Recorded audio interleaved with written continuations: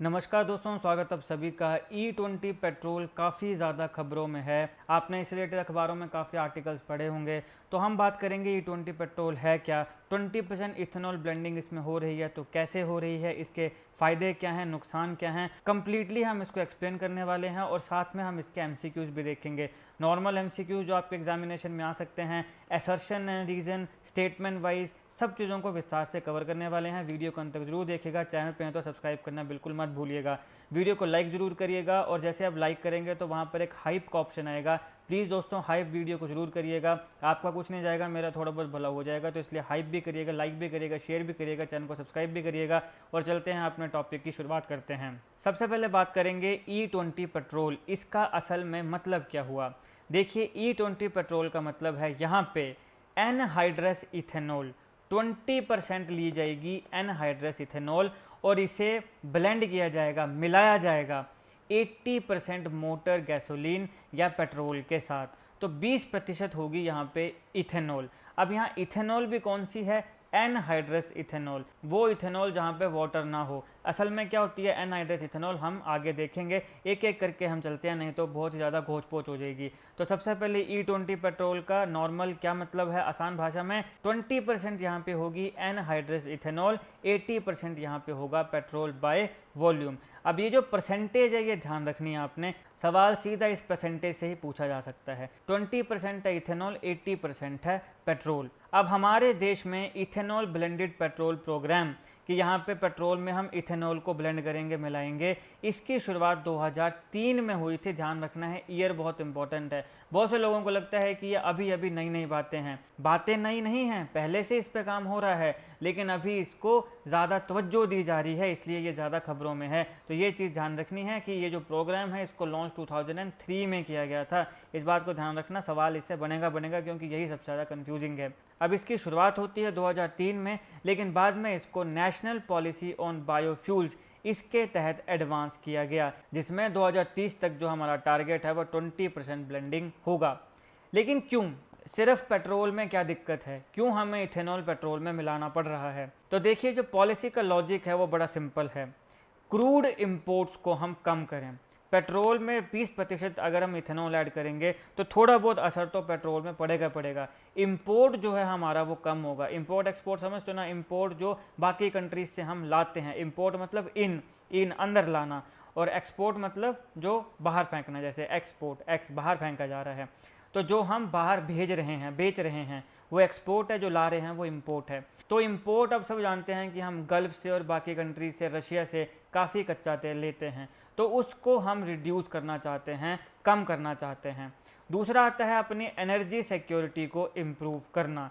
तीसरा है फार्मर्स को सपोर्ट करना। फार्मर्स कैसे सपोर्ट होंगे, विस्तार से हम आगे देखेंगे। ये जो इथेनॉल होता है ये शुगर केन से बनता है, तो हमारे जो शुगर केन फार्मर्स होंगे उनको भी काफ़ी इससे फ़ायदा होगा। तो फार्मर्स को सपोर्ट करना, और इमिशन इससे कम होती है। जो कार्बन, नाइट्रोजन, फॉस्फोरस, सल्फर, इनके ऑक्साइड्स निकलते हैं और वो पॉल्यूशन करते हैं, उनमें काफ़ी ज़्यादा कमी इसमें आएगी। तो ये सिंपल सा इसका लॉजिक है। अब इथेनॉल है क्या, देखिए, इथेनॉल एक अल्कोहल बेस्ड बायोफ्यूल है।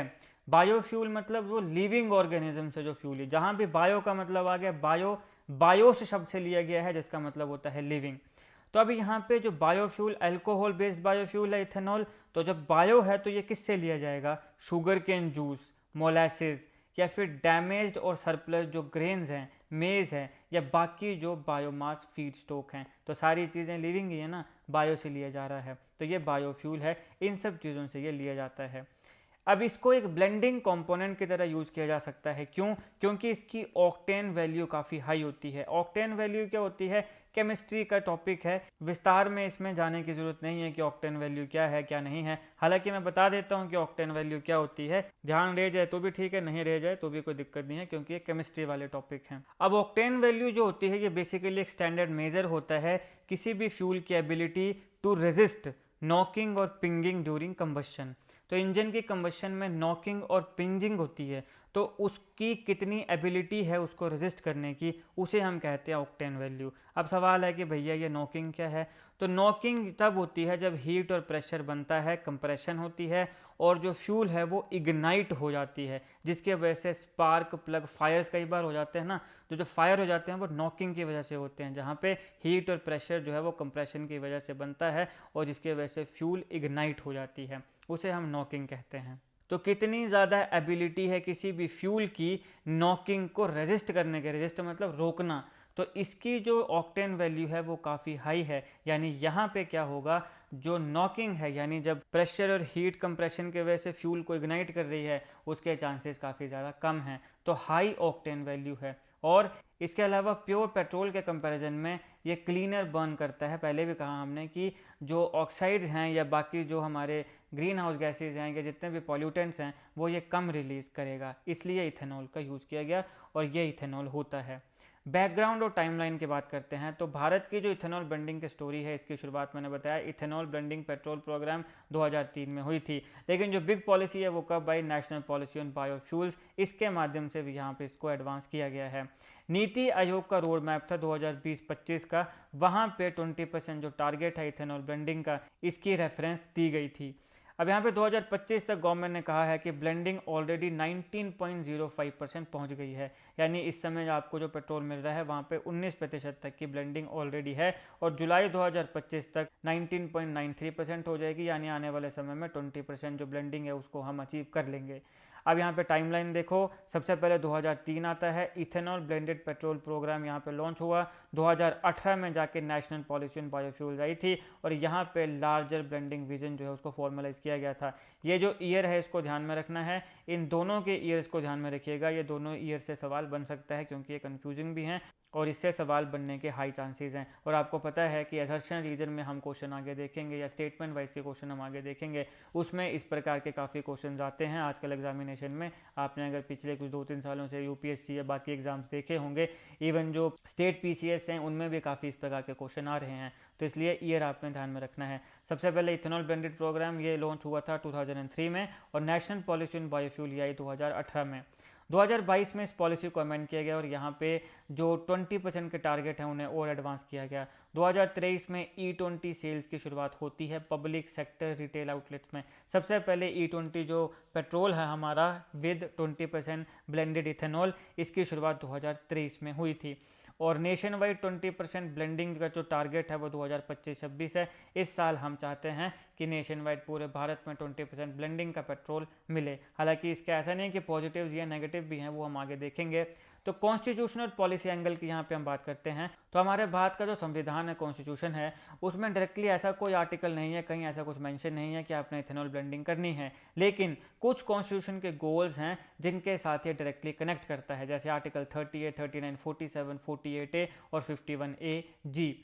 DPSP directive principle of state policies को मैंने ऑलरेडी अच्छे से कवर किया है, उसको जरूर देखिएगा। जाइए मेरी प्लेलिस्ट में इंडियन पॉलिटी, वहाँ पे आपको डीपीएसपी की वीडियो मिल जाएगी, वहाँ पे आपको सारे आर्टिकल्स भी मिल जाएंगे। इन आर्टिकल्स को हम यहाँ पर भी देखेंगे। तो इसमें होगा क्या, पब्लिक वेलफेयर पे काम होगा, हेल्थ पे काम होगा, एनवायरनमेंट के प्रोटेक्शन पे काम होगा, सस्टेनेबल डेवलपमेंट पे काम होगा। ये जितनी भी बातें हैं ये सारी कहाँ पे हैं, डीपीएसपीज में है। पॉलिटी वाली प्लेलिस्ट में जाइए, वहाँ पे इस वीडियो को देख लीजिएगा। और एक अलग वीडियो में मैंने डीपीएसपी से रिलेटेड सारे इंपॉर्टेंट एमसीक्यूज को भी कवर किया है, उन दोनों वीडियोज़ को देख लीजिएगा। लिंक मैं डिस्क्रिप्शन में भी दे दूंगा और मेरी पॉलिटी वाली जो प्लेलिस्ट है उसमें भी आपको मिल जाएंगे। अब आर्टिकल्स को विस्तार से देखते हैं। सबसे पहले आर्टिकल 38 ये बात करता है एक वेलफेयर स्टेट की। दूसरा आर्टिकल 39 है जो बात करता है इक्विटेबल रिसोर्स यूज़ और लिवलीहुड की। फिर 47 में बात करता है पब्लिक हेल्थ की। 48A है जो बात करता है एनवायरनमेंट को प्रोटेक्ट करने की, तो यहाँ पे जो पॉल्यूटेंट्स हैं वो कम रिलीज हो रहे हैं। और इसके साथ साथ article 51A sub clause G ये बात करता है कि हमारे एनवायरनमेंट को प्रोटेक्ट करना ये हमारी फंडामेंटल ड्यूटी है। तो ये आ रही हैं डीपीएसपीज में, डायरेक्टिव प्रिंसिपल स्टेट पॉलिसीज में। उन दोनों वीडियोस को देख लीजिएगा, एक में मैंने एक्सप्लेन किया है, दूसरे में मैंने क्वेश्चन को कवर किया है। अब सवाल है कि E20 काम कैसे करता है। सबसे पहले देखिए जो बायोमास होता है जैसे शुगर, स्टार्च या मोलासिस हमने पहले देखे, इनका जो फीड स्टॉक है इसको इथेनॉल में कन्वर्ट किया जाता है।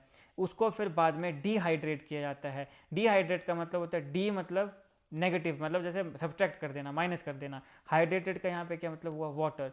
तो आपके पास biomass, sugar, starch feed stock से जब हमने इथेनॉल कन्वर्ट किया उसमें वाटर है, तो हम उस इथेनॉल को डिहाइड्रेट करेंगे, यानी कि वाटर वहाँ से सब्ट्रैक्ट कर देंगे, वहाँ से निकाल देंगे उसको।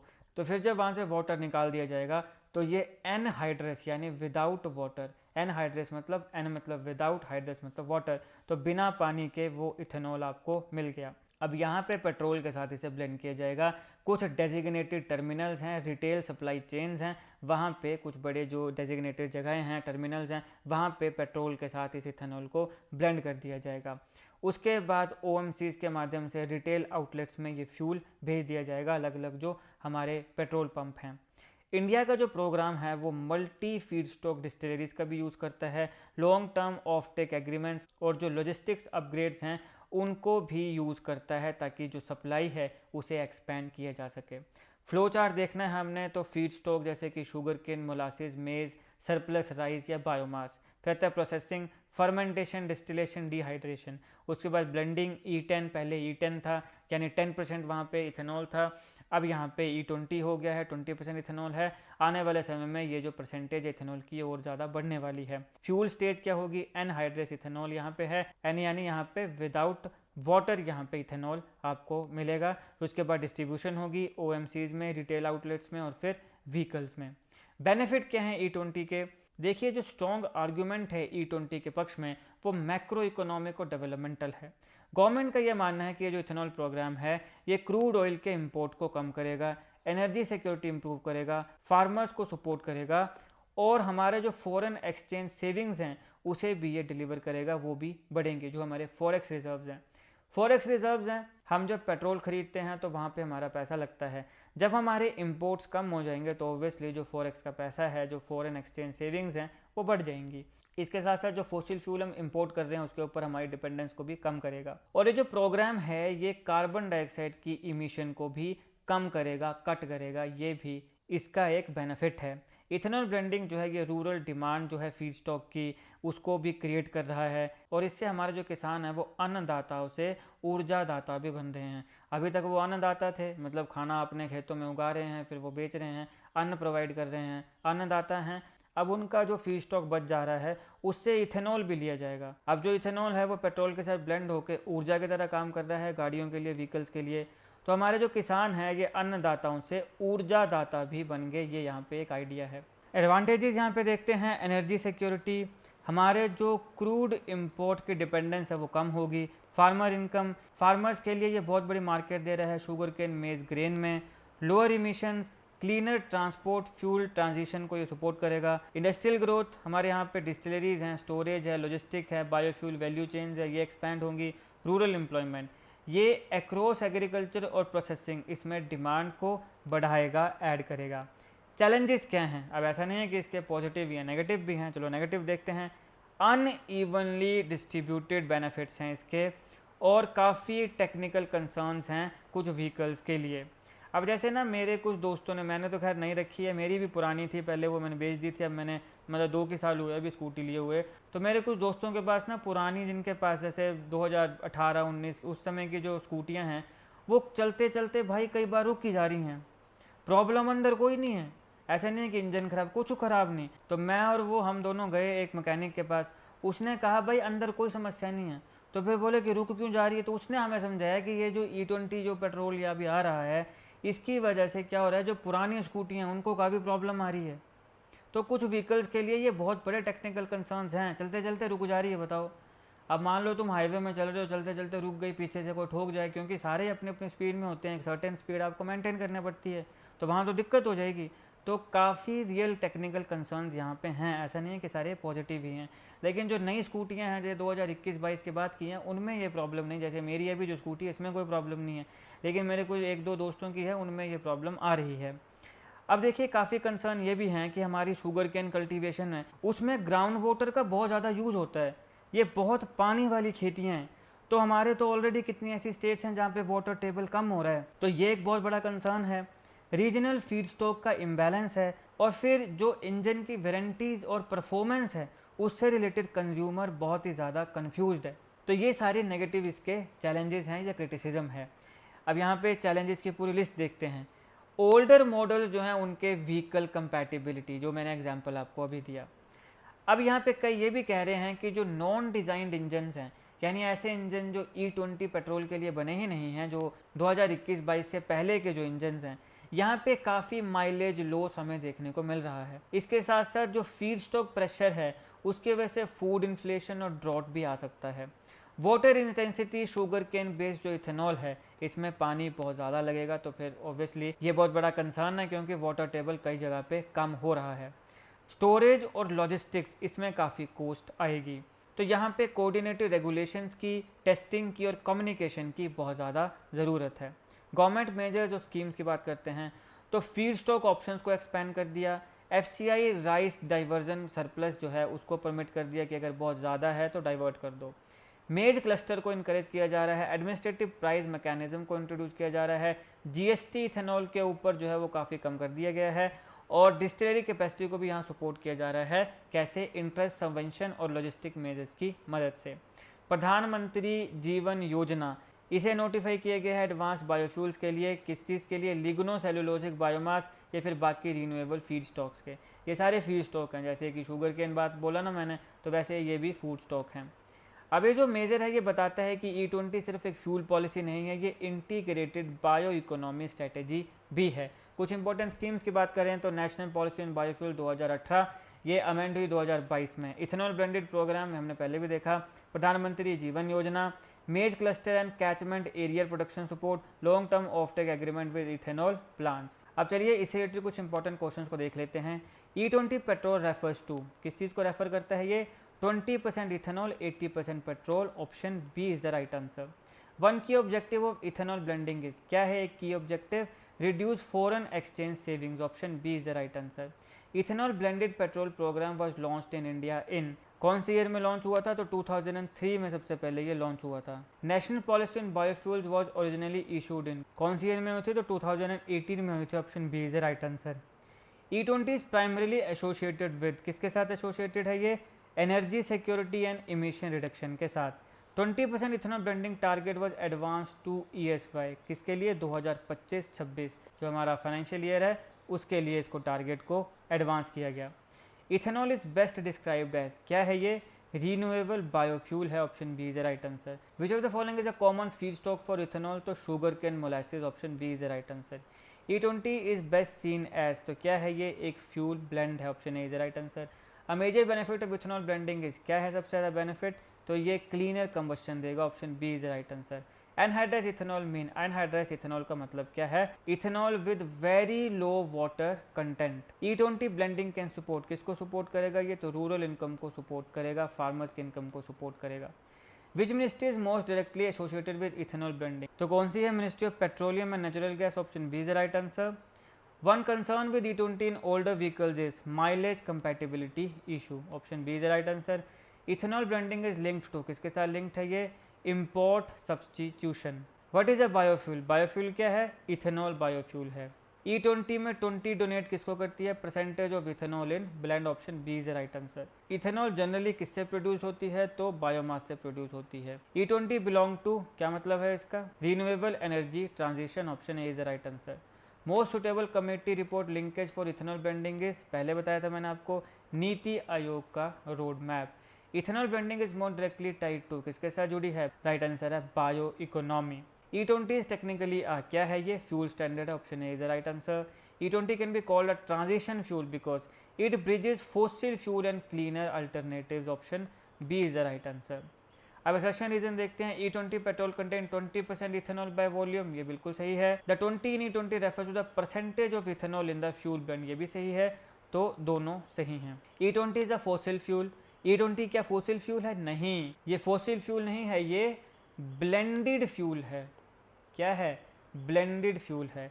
और ethanol is drive from renewable biomass resources, तो ये बिल्कुल सही है।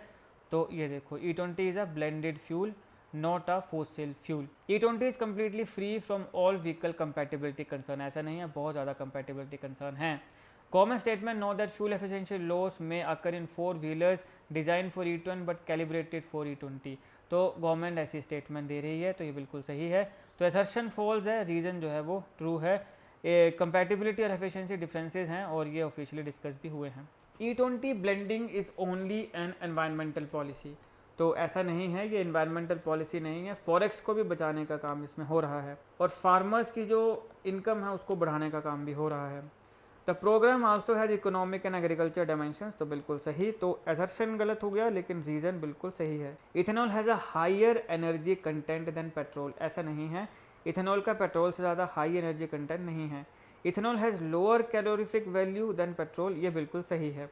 असर्शन ए फॉल है, इथेनॉल के पास जनरली लोअर एनर्जी कंटेंट होता है पेट्रोल के कंपैरिजन में, लेकिन लोअर कैलोरीफिक वैल्यू भी होती है। Ethanol blending can reduce green house gas emissions compared with pure petrol, तो ये बिल्कुल सही है, उसके कंपैरिजन में थोड़ा कम ही करेगी।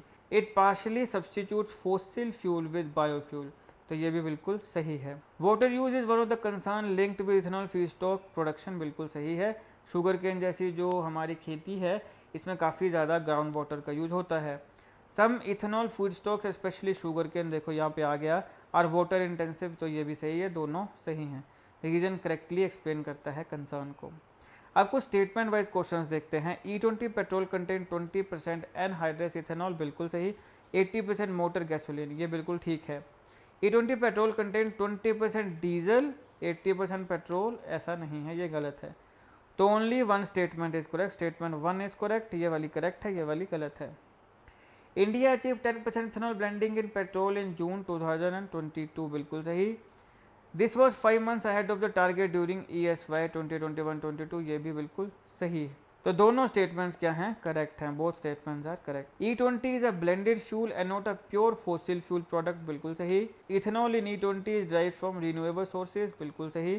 तो both statements are correct. E20 is a policy instrument that combines environmental and economic objectives, ठीक है। It has no relevance to farmers or distilleries, ये बिल्कुल गलत है। फार्मर्स के लिए भी रिलेवेंट है, डिस्टिलरीज के लिए भी रिलेवेंट है। तो statement 1 is correct, 2 is false. Government ethanol policy includes feedstock expansion and procurement reforms, बिल्कुल सही। GST on ethanol for EBP has been reduced to 5%, ये भी बिल्कुल सही है, बोथ स्टेटमेंट्स आर करेक्ट, हमने पहले देख ली। अब ये है ऑप्शन जो आपने मिलाने हैं। E20 EBP programme, NBP 2018, ESY 2025-26, ethanol supply year target period, 20% ethanol 80% petrol blend, policy framework for biofuels, ethanol blended petrol programme. चलिए इसको सॉल्व करते हैं। E20 क्या है, यहाँ पे सीधे आ गया B, 20% इथेनॉल है, 80% पेट्रोल ब्लेंड है, तो फर्स्ट का आ गया B, पेन चेंज करते हैं। EBP प्रोग्राम क्या है, इथेनॉल ब्लेंडेड पेट्रोल प्रोग्राम, तो सेकंड का क्या आ गया, सेकंड का आ गया D।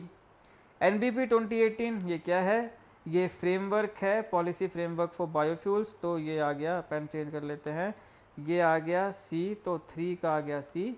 और 2025-26 क्या है, इथेनॉल सप्लाई ईयर टारगेट है, ये टारगेट पीरियड, तो D का 4 का क्या आ गया, 4 का आ गया A, तो BDCA राइट आंसर क्या है, देखिए BDCA, पहले का B, दूसरे का D, तीसरे का C, चौथे का A, BDCA।